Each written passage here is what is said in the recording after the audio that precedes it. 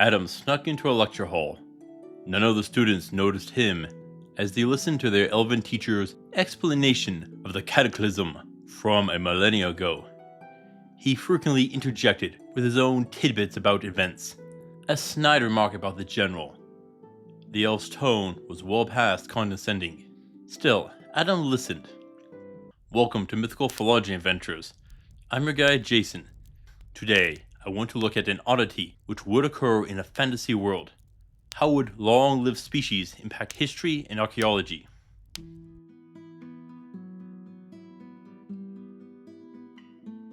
One of my favorite scenes in Lord of the Rings is when Elrond is talking about events that happened long ago and reminds everyone that he was there on that fateful day. He saw events which put them in such a position with his own eyes. And this is the problem. I'm betting most of you have watched Indiana Jones on his various explorations of ancient ruins.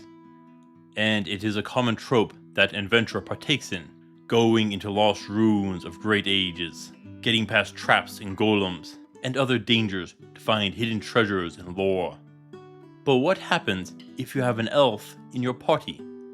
One who was there back when this was a thriving metropolis. One who remembers when the streets were filled with shops and people. Someone who knows the way. That would make things very different. It may recall information that is helpful. Oh, that shop there belonged to a blacksmith. Always stored some gear in his basement. Oh, and that tavern owner was a real tightwad. Always squirreling money away in little nooks and crannies. And that is our issue here. Tell me, how many of you have read Dante's Divine Comedy, Inferno, Purgatorio, and Paradiso? Well, if you have, you may have noticed that he listed the names of many people he knew, depending on how he thought about them, depended on where they ended up. Yeah, he was a real petty man. If you slighted him, he'd put your name in hell. If he liked you, he would put you in someplace better. We also see this in the writings of ancient scholars. The Roman senators left many writings, making the most slanderous false accusations possible. Sadly, this is human nature to attempt to discredit and vilify those we don't like. And this is the thing with knowledge. One of the best sources of information is first-hand sources. Those that would be there. So any scholar wanting to study history would likely speak with the elves or other races that lived in that time. In most series, elves live for thousands of years, if not more. So master your art of interviews and take notes. But we all know that people would have biases, and elves would too. So what they tell us could be their version of it. It could all be a fabrication. People lie all the time about events. And those lies can spread so far that people think that they are the truth. Just look at the tale of Betsy Ross sewing the first American flag, which was a lie spread by her grandson. This will be a problem.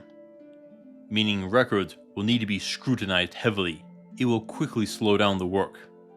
And you would need to rely on objective fact more than written records. Which is what our scholars need to do. And here is the issue. Would they go to these lengths? Most people have a habit of just going with a quick answer. Even I catch myself doing it. So scholars may not question what their elders are telling them. And if the elves are revered in their wisdom and knowledge, questioning them may get you scolded, even ostracized under the wrong conditions. Yet, what incentive would there be to really study history and archaeology?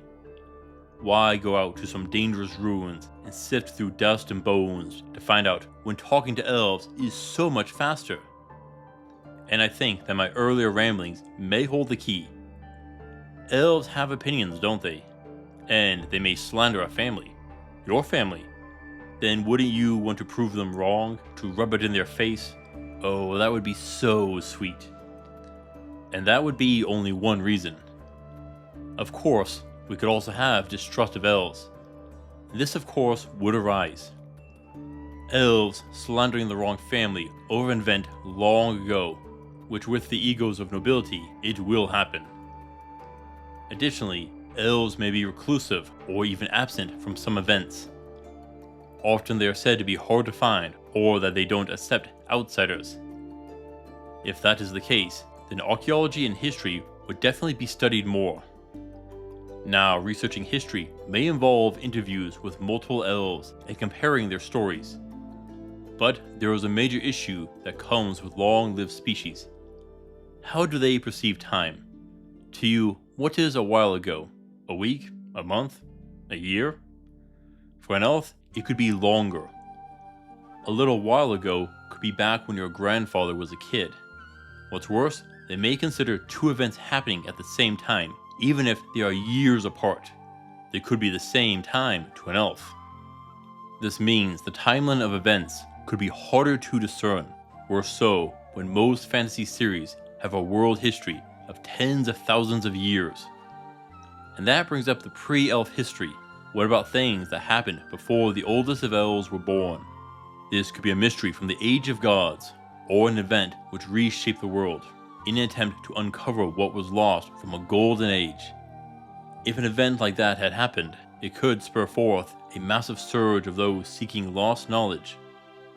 Overall, I would have to say that talking to elves would result in a subjective source, so long as the scholars would have to do their due diligence to be sure, much like any scholar needs to do. There are also enough reasons which could spur forth research of the past depending on the world. I do feel that the addition of long-lived species would change archaeology and history research to be sure.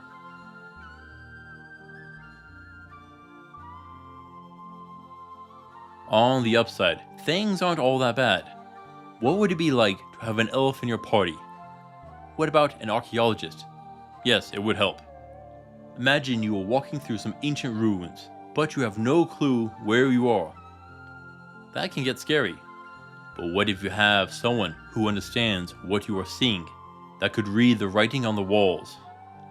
I mean, think about walking through a hospital. There are signs galore saying what each room is.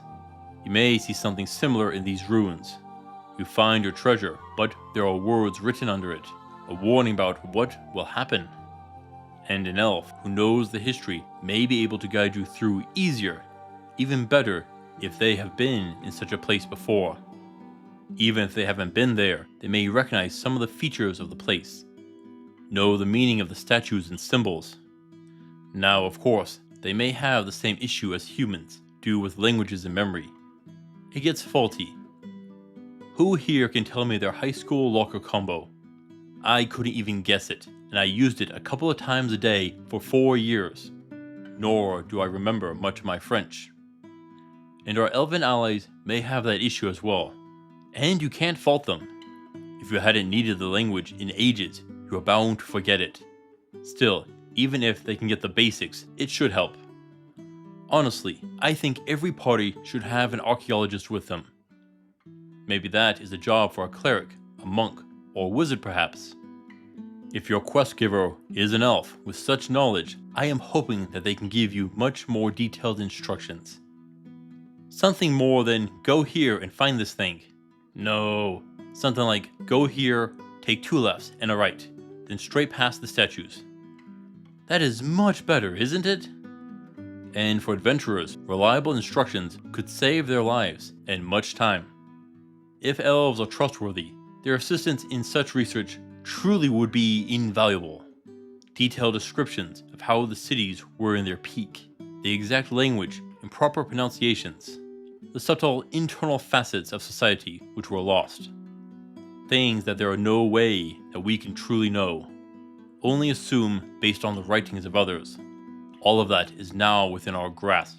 No longer assumptions, but direct information. That would spur forth so much learning and recovery of knowledge. Honestly, archaeology and historical research would benefit much from the long-lived species in the world, but also create just as many issues. And you would need to pay attention to all the details, and do your work to make sure your sources are true. A fact I need to watch too.